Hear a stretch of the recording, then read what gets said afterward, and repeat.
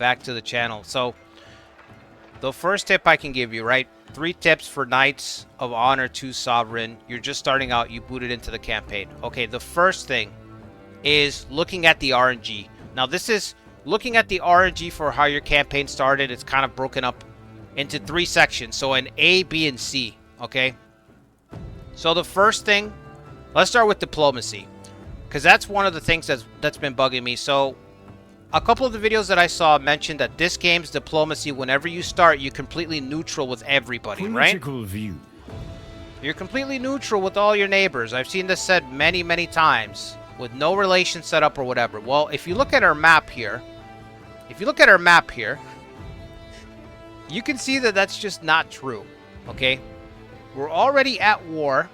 Actually, we're playing as Prussia. Okay, let's start there. Look down here. See the time? This is how much time has gone by in this campaign. 1 second. Okay? So this campaign just started. And we're already at war with this massive kingdom, Halleck. We're already at war with them. Not only that, but we have sympathetic relationships with Lithuania, and we got a trade agreement already. Okay? So we already have a trade agreement with this country. And we have good relations with them. And this campaign just started. So, throw that right out the window. Okay, diplomacy is not just straight neutral when you start any campaign. I don't know. All the campaigns that I've started, it's never been that case anyway. Even if you're not at war, like this is actually really bad RNG. Even if you're not at war, you will have people around you who will not be completely neutral. Sometimes you have people who are hostile right away, which can be worse because you might not notice. You know, you might not start with them at war, but they are already hostile. They already have a negative disposition towards you. And if you don't check, you're not going to know until they invade you, right? So you might not even be prepared. So that's the first thing I can tell you about checking your RNG for your campaign is go to the Stances tab right here. Stances, or just zoom out. Make sure your country's highlighted and you'll see. Check for any red, especially like here. Because in this campaign, playing as Prussia, we are immediately thrust into a war. This is on normal difficulty, by the way. Don't think the difficulty is like a be-all indicator for how tough your campaign can start. Okay? Your campaign can still start very, very hard in this game. And then it'll, you know, since you're playing on normal, it'll even out. If you're playing on easy, it'll, you know, it'll settle down. But the game still just randomly generates diplomacy. Okay? It's not just perfectly neutral with everybody. That's not a thing. Okay? The second thing you want to check under your RNG is what type of settlements you got. Now, your settlements right here are always random in this game. The only 2 things that aren't random about settlements is the number that you have in each city. So that means that if we play here in Malbork and we play another time period, it's always going to have 3 settlements. That never changes. The second thing is if a settlement is coastal. So if a settlement is by the coast and it has the coastal type, it's always going to be like that. That's always programmed into the game.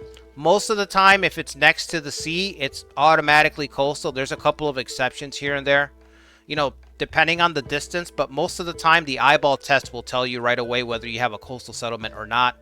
Also, you can just click. You can see the graphic down there. This game presents the same information a couple of different ways. So you've got the graphic here on the left side, which is always going to have ships if it's coastal. The center is going to reinforce whatever unique modifier there is to the settlement. So for example, this one's got a mine. So you see how it changes to mine? What I like to do, just highlight the city. And right here under this tab, it'll tell you the features and the goods. This to me is the way that I collect the info. But you can also go over here and look at all your provinces. Have all your information in a grid-based. So however you collect the information, you know, it's cool because There's a lot of different ways, and everybody learns stuff differently, you know? It's nice when a game does that. They give you a couple of options. Um, but this is what I recommend. Just click on your cities or your city, however many you have, and just go through them and go down here and check these out so you can get an idea of the goods that you have. The reason you want to check is because the settlement types that you have, the unique features, are always going to be on the bottom when you go to your buildings. Your top buildings here, these are always going to be generic. You know, they're always going to be the same, static, no matter what. There might be one or two differences based on like your religion type, but they're almost always going to be static. The ones on the bottom are what the settlement types affect. And some of them are really, really strong. As you play the game, you'll figure out which ones, but I'll tell you right now that one of the things you want, I think we have it here. Yes. One of the things you want is a deep forest. Deep forests give you access to the woodworking, which leads to like sawmills and stuff. This building path reduces the cost of other buildings. So this is a priority building that you want to get, because getting 5% discount where it starts with, and then later on you could upgrade it, get another 5%. The goods are good, but to me the upgrades, once you upgrade to sawmills, you get another 5%. So it just stacks and stacks and stacks the benefits. 5% doesn't sound like a lot. 10% doesn't sound like a crazy amount, but some of these buildings, you have to remember, they get into the thousands to build and upgrade. So you will save a lot of money. So that's one of the little things that you want to look for. That's one of the reasons you want to look at your settlement types, okay? And you want to kind of peek at your neighbors as well. One of the things that I look for in the early game when I just start is who has settlements that provide a lot of gold or food, because those are good rating targets, I should say, and who has castles. Like over here, this city's got 3 castles. These places kind of become fortresses to crack, because as the game goes on, they start adding more and more garrisons to the castles. Castles can have extra garrisons, and they'll become like little mini fortresses, little mini cities that are tough to take. So I usually look out for stuff like that, like not just my settlements, but my neighbors. Where can I possibly raid? And where do I want to avoid? Okay, so just check, because it's always randomly generated. And if you don't like what you got, or you don't feel comfortable with what you got, just re-roll your campaign. You just started anyway, just re-roll. The amount of settlements that you have doesn't matter as much as the types. That's really important, okay? It's not how many, it's not the size, it's how you use it, right? Not how many settlements you have. Your neighbor can have 5 or 6 settlements, and you can only have 3. But if you make the most out of your types that you have, you'll still beat them easily, and you can outproduce. Like once you get the building paths down, you can outproduce your neighbors pretty well. Unless you're playing on very hard, then they can kind of keep up a little bit. But don't worry so much about, oh, I don't have enough. My settlements are too small. My count's too low. Don't worry about that. The game's already, you know, these guys are already balanced around that. So building types, that's the second thing to check. The last thing is your starting stability.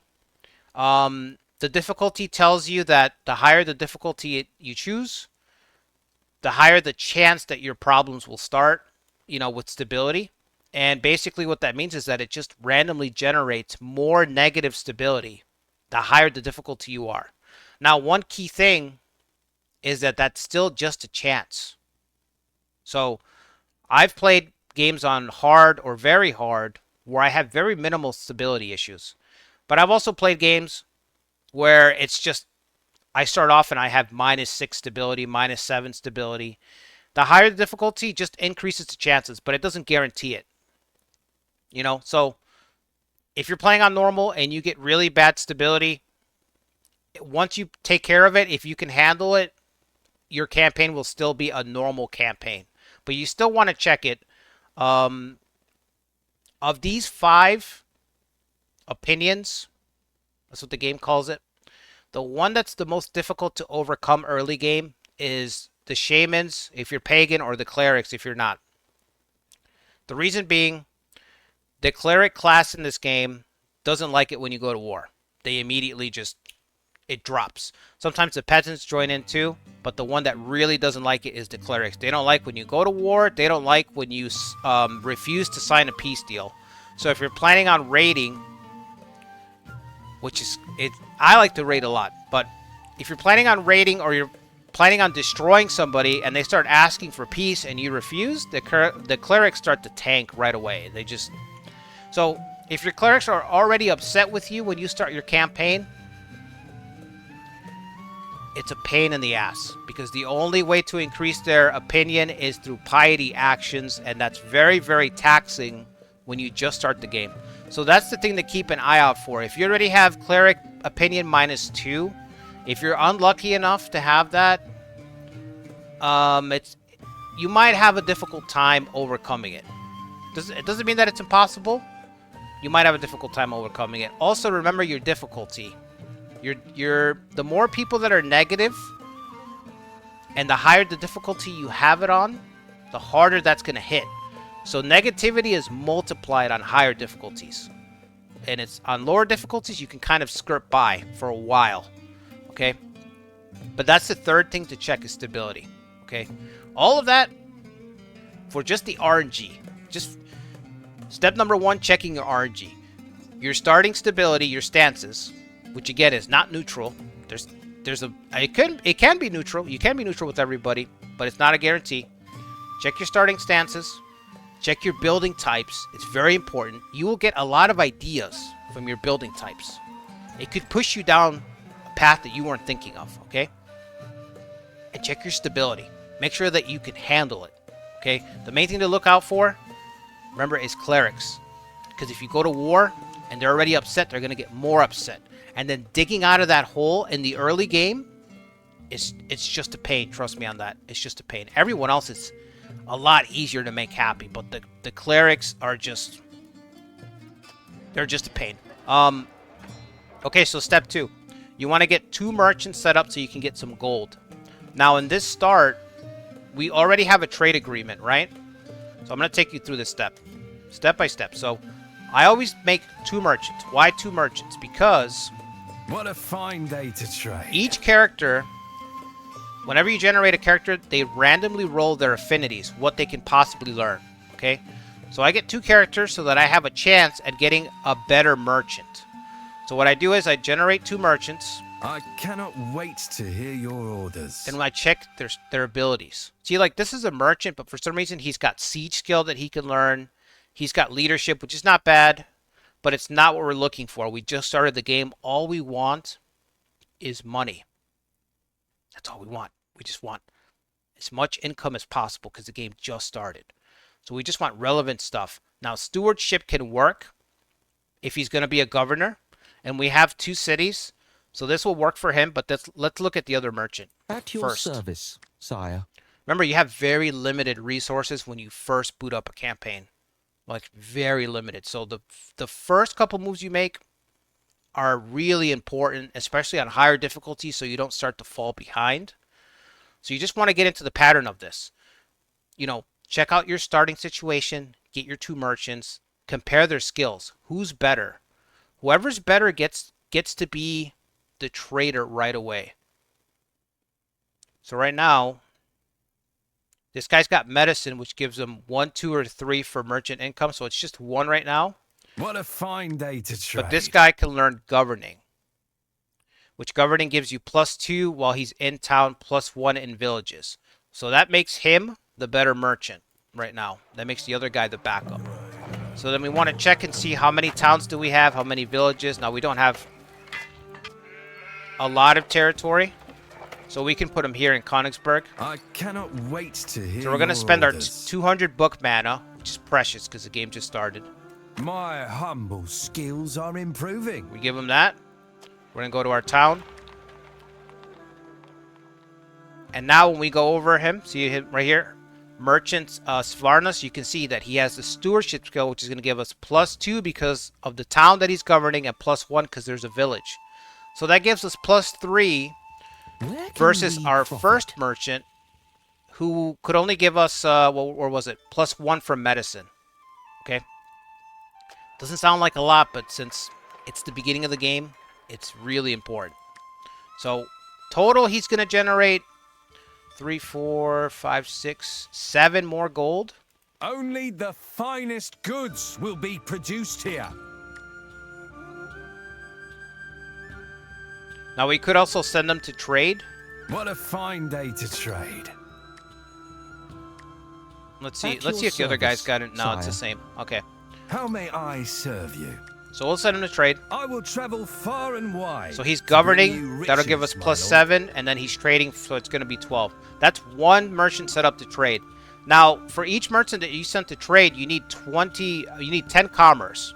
So we need a total of 20, which we only have 18, right? Now, commerce you can increase to 20 very easily. In fact, whenever you start a campaign, you're usually going to have 20 commerce. But if you don't, the quickest fix is to just build a harbor. A harbor will give you plus 2. I think a market gives you only plus 1. Yeah, so the harbor is the quick fix. If you're not next to the water, then you might have to build a market first and then work your way up. But most of the time, you're going to at least have 20 commerce. In fact, our merchant, who's a governor now, might generate some commerce. Oh, no, he's got to get... Our merchant's generating 1 from the village. So let's see. If we speed this up... Sire, we are at war. Let's speed this... Yeah, we're at war. The game just started. That's crazy. Let the trading begin. Okay. Now that he's assigned, our gold has gone up. And our commerce has gone up by 1 point. So we're at 19 because of his stewardship skill, because he's in charge of the city. So we can build the market square. That'll give us the last one to get to 20. But all that's going to do is allow us to trade. We still need to get another trade agreement. Remember, you have to get a trade agreement with these kingdoms. One of the really nice things that this game doesn't tell you at all, doesn't mention it, is even though you don't have any diplomatic relations with any of these countries yet, you can just ask them. Just take a scattershot approach and go through one by one and ask everybody, do you want to make a trade deal? Most of them are going to say no. But sooner or later, you'll get a hit. And somebody's going to say yes. So don't worry about everyone's neutral. I haven't talked to anybody. Don't worry about that. Just start in a circle, which is what I do. Go around in a big circle and just work your way out and keep asking everybody until you find somebody. You will find somebody who's going to say, yeah, why not? I'll keep going. Now, I want to show this so you guys can see it. Okay, said no. Because the diplomacy thing really threw me for a loop when I started playing this game. I was like, wait a minute. How you guys are saying that... You guys are saying that diplomacy is neutral, and that's not true. So, we want to show stuff. Okay, there we go. We got somebody. State of Livonia said yes. Will you join our voice? So they said yes, but with conditions. So we can decide later. The world at your fingertips. But you see, we don't have anything. We never talked to these guys. First time we talked to them, and immediately they're like, yeah, but there's conditions. Usually I'll hit somebody who will be like, yeah, sure. I think it's because I started the game, actually. Usually I don't unpause the game. Usually I don't unpause the campaign. Because once you unpause, then everybody starts shifting and making moves and stuff, and it starts to affect. No, that's not what I wanted. I wanted a trade. Okay, so we got one maybe. We got one maybe. Let me try this last. They're hot. See, they're hostile with us. We just started the game. Oh, this is Halleck, isn't it? Yeah, this is Halleck. That's why. It's crazy that... Again, check your stances, man. So we have one maybe. Let's say yes. It's against Novgorod. We don't have to really fight them anyway. Our merchant's opinion has improved. It might affect stability. You know, there's a lot of ramifications that come with that, but it's fine. As long as we get the trade deal, we can get the income. So now we have 19, and we can send this guy once we get the market built. So you build the market. That'll give us the necessary commerce, and then we'll have 2 trades. So that's step 2. All that to just say it's step 2. Get 2 merchants. Find whoever's better, give him all the ability, give him the best skills that you can, the best setup, send them to trade. Wait for your backup guy. Put your backup guy to just on the second string, whatever the second string trade agreement. You know, see if you can find some synergy with him with the second trade partner. But if you can't, don't worry about it. No matter what, just get 2 trades set up. And remember that just because they're all neutral in the beginning, don't do what I did. Don't unpause. When you first start, don't unpause. Ask everybody. Somebody will say yes with no strings attached. Not like this guy who dragged us into a war. Somebody will say yes that is completely neutral with you to a trade agreement. The last thing is dealing with your stability. You can see here that our stability already went up. One of the reasons I say set up your trade agreements outside of gold is because it'll boost your merchants. So one of the best things you can see when you start a campaign is that the faction of your population that's upset with you is your merchants. Because your merchants are the easiest one to fix. All you have to do is get trade deals. You're going to do that anyway. So if your merchants are upset with you when the campaign starts, that's a gift. That's easy. Take care of that, no problem. Now, fixing all of these, just to give you an idea, your army opinion, you literally have to go to war. So that one's kind of difficult, but it's going to happen. Okay? Your clerics, piety actions. That's a pain. Don't worry about it when you first start the game. The 2 that you can manage really easily outside of your clerics is your nobility and your peasants. To increase your peasants' happiness, just build houses. That's something that you're going to want to do anyway in one of your buildings. Houses are very cheap. They boost your population. They increase with happiness once you start building brothels. The population is really set up to improve peasants' opinions, okay? Most of these are kind of broken up to match the 5 opinions if you think about it. But they don't all immediately improve the opinion, okay? Not like the population does. The population branch is the one that's easiest. The other ones, if you build a barracks, for example, maybe your military's opinion will go up. Maybe. Unlikely. If you build farming stuff, again, maybe the peasants will care. Maybe the nobility will care. The one that's the easiest is houses. Just go into housing. It'll immediately boost peasant opinion. Nobility, get a spy. Hiring a spy immediately improves espionage defense. And go figure, the rich people in your society, that's what they're worried about. The rich folks are worried about protecting their riches, right? So getting a spy whenever you get one and upgrading him will increase the espionage score, which is going to be reflected right here on their kingdom stability. And that'll improve their opinion. So those 3, I would say, are pretty easy to increase. The military, you have to go to war. That's a whole ordeal. You have to be prepared for that.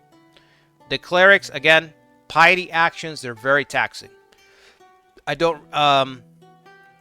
wouldn't worry about these 2, but if they are really bad, what you can do to counteract is just increase the other class's opinion. So this is actually pretty good with stability. Now there's a second part to stability, and that's your pops. So your population in your cities, for example, Königsberg is pretty good. It's even, which is pretty good, honestly. If you hover here, it'll tell you the stability score. If you hover over the little graphic, it shows you how loyal they are and the culture. This is important because if you take over a territory or you start in a territory that isn't your culture, like Malbork over here, you see the little shield? That tells you that they're more loyal to someone else. Whenever they have a shield here, if they don't have a shield, they're pro your faction. If they have a shield, they're going to have the people that they actually support more in their faction, which is Poland right here. And we can't really fight Poland or anything. We can't really do much about that in the beginning. But what you can start to do about this is change the culture. So, A blessed day. right here. So if you have a cleric, which our ruler's a cleric, you have this action called bolster culture. What this does is it spends the cleric's time just promoting the culture of your faction to your population. Slowly over time, the population that is mostly Polish will start to embrace Prussian ideals, and they'll start to convert. And before you know it, your province will be a Prussian province. Okay? You'll erase the culture of the Polish and replace it with Prussian culture. But it takes time. And there's a big upkeep. You can see the upkeep is 30. That doesn't sound like a lot. But it's a lot. In the early game, that's a lot. That's a big upkeep. So this is something you have to work towards. Okay? Just being able to trigger this. Having a cleric, having the resources and paying the upkeep. That's why setting up the merchants is so important. Because they can offset, 2 merchants can offset something. They just, you're not looking to like, you're not going to like pull ahead or anything, but what you want to do is have those merchants working so that they discover opportunities and they offset something else. In this case, I would use them, their income would offset this so that I can start to convert my culture. Because otherwise it's going to lead to tensions, rebellions, and if the instability in the city gets high enough, it'll affect the kingdom stability. And you don't want that because then when it becomes a kingdom stability problem, then now the negative modifier is everywhere. You know, a small group of people that's upset, okay, but when it gets larger and larger, then it starts to affect neighboring cities and then it becomes a kingdom-wide thing. So you want to stamp that out as fast as possible. Now, in the meantime, to control it, the easiest thing to do is to just put a garrison. So when you start a campaign, if you have a territory that's like this, to start fighting it, just start drafting people. Each person that you draft into the garrison in the city reduces the stability by 1 because now we have an army presence modifier. See it there? +1.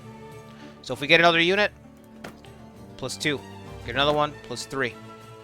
This is going to be a little bit of a hit to your income because you're draining your population, but the game just started. If there was ever a time to bite the bullet and invest in stability, it's right in the beginning.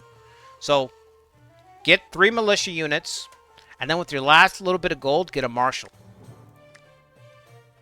You can go spy if you want to deal with espionage defense, but in this case, because we have a disloyal population already, we're going to go marshal. I'm ready. My troops are So waiting. there's one more guy, garrison Warm him, food at last. and that's given us army presence +4. So we still haven't fixed it. I mean, -10, that's a lot to overcome. But with time, we'll be able to get there. The point is to just combat it, little by little. Once we get more people, we'll draft more militia. And in fact, what you can do in this case, what we can do is we can get our marshal out here. We can draft militia from here. Should we march? We'll set up camp behind the Let's pick up the walls. speed. We'll send our marshal over here.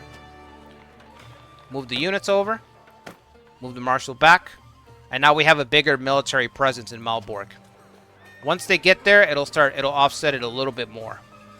So now we're at -8. And like I said, as it grows, you can add more. You really just want to keep it below 10. Keep it at least below 10 so that you don't have rebellious people that start to grow and stuff like that. But just keep an eye on it. Again, the main cause of this is almost always that they are more loyal to the neighbors. So you're going to need to promote your culture. You're going to need a cleric. Plan for it. A cleric and promoting culture. The second reason we don't have it here is religious tension. So we are pagan.